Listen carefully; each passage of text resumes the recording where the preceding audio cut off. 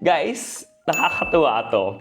This is also one card na medyo ang tagal ko na rin inintay because sinabi ko, medyo naggandahan ako on how to earn their miles.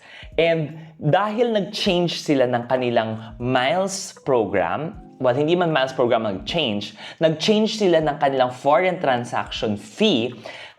This is a really good premium credit card if you want to earn your miles, in my personal opinion. But syempre, tingnan din natin lahat ng mga perks.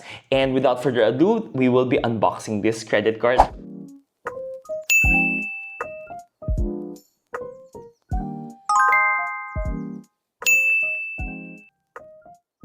Pinakita ko naman sa inyo kung anong credit card na yan. But, syempre, medyo natutuwa tayo dyan, di ba?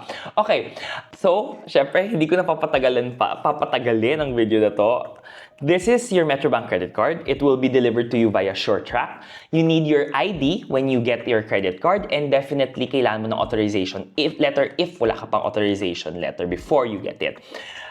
This is a non-tamper or tamper-resistant na plastic. Nakaseal yung card na yan. If nakita mo to, guys, ganito po siya dapat. So, if this is not how your Metrobank credit card came, please report it. And if you see any tamper sa mga envelopes, even sa mga plastic na to, do not accept the credit card. Call Metrobank, do not activate it, and then make sure that, guys, ipa-replace yung credit card mo, okay? So without further ado, pupunitin ko na siya, sisirain ko po tong plastic na to. Sabi nyo, Jax, medyo parumbado ka mag-open ng envelope na to. Yes, but it's okay. 'Di ba? Mas gusto ko namang safe ang aking data and aking information rather than ano pa mangyari, 'di ba, guys? So, buksan na natin siya. And medyo na-excite ako. This is the Metrobank World Mastercard. Discover a world that's yours. Taray! Iba-iba talaga yung kanyang mga ano, di ba? And here is what you see. Very similar lahat ng mga Metrobank na, you know, how they deliver your card. They have a rough cardboard plus the envelope where your card will come in. And guys, discover a world that's yours. Scan to know about the perks. But here is a quick snapshot of all of the different perks of this credit card. So lahat ng mga parang pinaka-top perks na nandito siya. So, with your World Mastercard, you get 2 times global lounge access and unlimited lounge access. Now, the twice global lounge access, this is via Mastercard's Travel Pass. So, very similar to sa program ni Security Bank, ni East West, na KrisFlyer na Mastercard World, di ba? World Mastercard, I mean. So, you have 2 times access here. Unlimited lounge, and then unlimited local lounge, which is sa PAGS NAIA domestic. 3 and 1 and 3 internationally. You have Puerto Princesa, and you also have Davao International Airport. Then you also have 50% off or up to 50% off travel and dining experience. This is very common with all the Mastercard World cards. You have 3 times reward points on foreign currency spend. So this is what I'm telling you na medyo natutuwa ako kaya I'm so excited to get this card.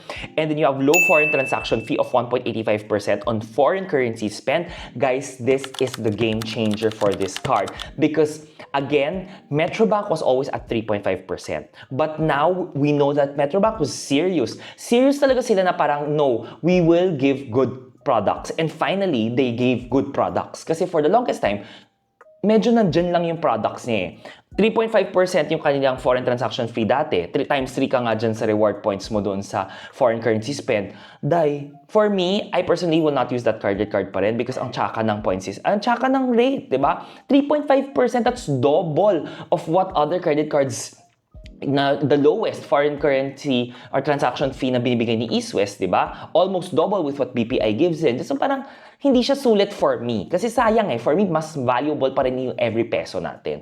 But changing it to 1.85%, this is now at par with BPI.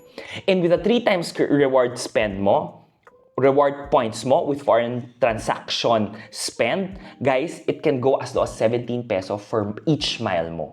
So, yung BPI mo na mga cards, medyo weak link na tayo, ha? Medyo, this is really good. This is giving, parang ganon. Okay, so, without further ado, let us do it. Ito yung envelope natin dyan. So, in front, you have your address, typical Metrobank envelope, very simple. Walang ka ano-ano. It is what it is. Ganun lang siya. So, buksan na natin tong card na to.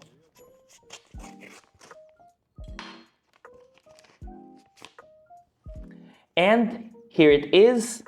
Okay? Pagbukas mo sa credit card mo na to, you will have your total credit limit written, and then you have a sub-limit for your cash advance. Ang binigay sa akin dito is 50%. And then the statement date is binigay sa akin on the 5th. At least, buti na lang iba siya doon sa travel ko na card. And then, payment due date is 21 days. In fairness, 21 days siya, di ba? And then, again, some reminders. All Metrobank credit cards are now printed and hindi po siya embossed. So this is, we have to make sure that it is printed. So that is all of the Metrobank credit cards now. Wala na siyang mga embossed. Meaning, guys, hindi na yung naka-usli, yung mga lettering or numbers, it all is now flatter na naka-print na lang siya. Mas madali na siya i-produce, in short. Sa Metrobank World Credit Card, okay, in front of it, we'll have your number, credit card number, your expiry date, your valid through, at saka your name. And then you will see the World logo here. And then sa likod will be your CVV or CVC number and your signature. So, unlike the travel, very clean, just your name, the World will still have all of the number printed in front. So, yun siya. Ganun lang naman siya. And this is basically it. And syempre, to activate, very simple. We have two ways via your app. You download your app, install, register, or you do it via SMS. And para ipapakita ko sa inyo guys, nag-SMS ako kanina. It's the same way na I will be doing it right now. I will be typing ACT, diba? Active short for activate, space, then type in the 16-digit number. Okay. And then I will be sending it to 225622, and then in a few minutes or seconds, ma-activate na yung credit card ko na yon. And then, tayo natin. So, I'm sure basta mag-activate na yan habang may mag-uusap ako dito with you guys. So, that is your Metrobank World MasterCard. Now, again, quick recap of all of the different perks. You have, ayan na, inactivate na. And I'll show you the activation. O, diba? Basta magsa-start na ako mag-vlog, guys, ganyan mag-activate siya. So, perks niya talaga is 2 times global lounge passes ka via the Mastercard Travel Pass app. Mastercard Travel Pass app, ito po yung itsura niyan para alam nyo. Registration is very simple. Step-by-step yan via web. I have those videos here or on TikTok as well. Then you have local lounge access. Para at least alam na natin yan, I will mention all of the local lounge access since I have all my código right now. So you have local lounge access sa NAIA 1, NAIA 3, International and Domestic, Davao International Airport, both international and domestic siya, and you have Puerto Princesa International Airport. All you have to do, guys, is show your Metrobank World na credit card or you have your Metrobank Travel na credit card. Unlimited ang access mo dito, meaning ikaw limited. So if ever you have your friend that would want to go in, hindi po siya libre, may bayad yan. But at least libre siya, 'di ba? Medyo alam mong may libre ka. Now a lot of you will also say, alam mo Jax, medyo punuan yung mga lounge yan. I think that syempre there are more travelers right now, 'di ba? Marami talaga. It is what it is, 'di ba? But sometimes when you just wait for a bit, you will have your turn or agahan mo na lang. Now, to earn your reward points, every 20 pesos spend is equivalent to 1 reward points with all of with your Metrobank World credit card. But for your foreign currency spend naman, meaning international, cross borders, it is at 20 peso, you earn 3 points. So may times 3 yung multiplier niya. So maganda siya when you're using it or when you're spending it abroad. And what I love it about this credit card is also low forex siya, low foreign transaction fee siya of 1.85%. So it is at par with BPI. Diba? So guys, mababa talaga yan compared to all of the different credit cards out there na nasa 2.5. Dati nga ang Metrobank is at 3.5%.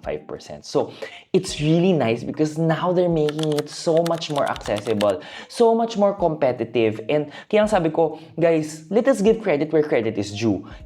Naging competitive sila. I think na-feel nila yung pressure of all of the different credit cards if they want to fight in the international sphere. Okay talaga to. Okay, now I think a lot of people will be asking me, what is better? Kasi sabihin nyo, Jax, for you ba, what is better with the two? The travel or the Metrobank World? Okay. Sa totoo lang, this is also on a very tight spot rin, di ba? Both credit cards will give you unlimited lounge access locally. This will give you international access na dalawa. Diba? If you're going to look into and asking me, sino ba mas premium sa dalawang credit card na to? definitely, I believe that the World will be a more premium credit card compared to the travel signature Visa card, diba? But, what's the difference now? When it comes to conversion, if wala ka masyadong pake on earning your points, earning your miles, ganyan, then definitely, this will give you the best value when you convert it to Philippine peso spend because nasa 1.7 to 1.68, 1.7 versus the 1.85. Diba? Kung malaki yung ginagastos mo, that 0.15 kinda matters then. It will matter, diba? That's still peso value or pesos that you will be able to save. Now, if you want flexibility on rewards to choose, baka ayaw mo miles lang, then definitely the World. Kasi this one, it just earns you air miles, di ba? Kahit anong mangyari, air miles na talaga siya. Hindi ka pwede maging cash credit, hindi ka pwede maging GC with other, or EGCs of other stores, department stores, ganyan-ganyan. Hindi pwede. This one will give you a whole slew of rewards. Pwede mo gawing miles, pwede mo EGCs, pwede mo gawing donations if ever you want. Diba? That's the different part there, diba? Visa will give you better rates, definitely with MasterCard, but very, very minimal rin naman siya. For me, if you really want to just look into peso value spend, diba? Gusto mo the best rate pag convert siya to Philippine peso, then definitely the travel siya. If you want to earn your miles, diba? And you are a really, really constant traveler, wala ka naman masyadong pakialam na you don't really, it doesn't matter to you na mas mahal siya ng 0.15% when it comes to foreign currency transaction fee na converted to Philippine peso, then definitely the World yung best choice for you. And if you want access to international lounge, then definitely the dalawa, then definitely it will still be the World as well. So yun yung difference niya, di ba? It's two different categories, two different meals, serving it on a silver platter for you, diba? Local spend, when it comes to local spend converted to miles, definitely the local spend masulit to kasi 30 pesos to. Unlike with your Metrobank, medyo this will give you, or it will land you at around 30, 40, 50 pesos for 1 air mile, because 1 air mile kay Metrobank will still land you at around 50 pesos if you're going to use a World na local spend, diba? So, yun siya. So, medyo doon yun yung mga struggle mo. Maybe if you're a Filipino na lahat local spend ka talaga, marami kang local spend ka talaga, possibly, pwede eto kunin mo, 30 pesos per 1 air mile mo. So, at least mas maganda yung conversion mo for that. Yun yung mga things na naiisip ko right now, ha? So, yun. These are things that I am offering to you na baka ito yung mga pwede nyong pag-isipan, di ba? So, it will still depend on you guys, definitely. But I'm telling you that give credit where credit is due. Metrobank, in fairness, I'm kinda loving you because binabaan mo yung foreign currency transaction fee and the air miles.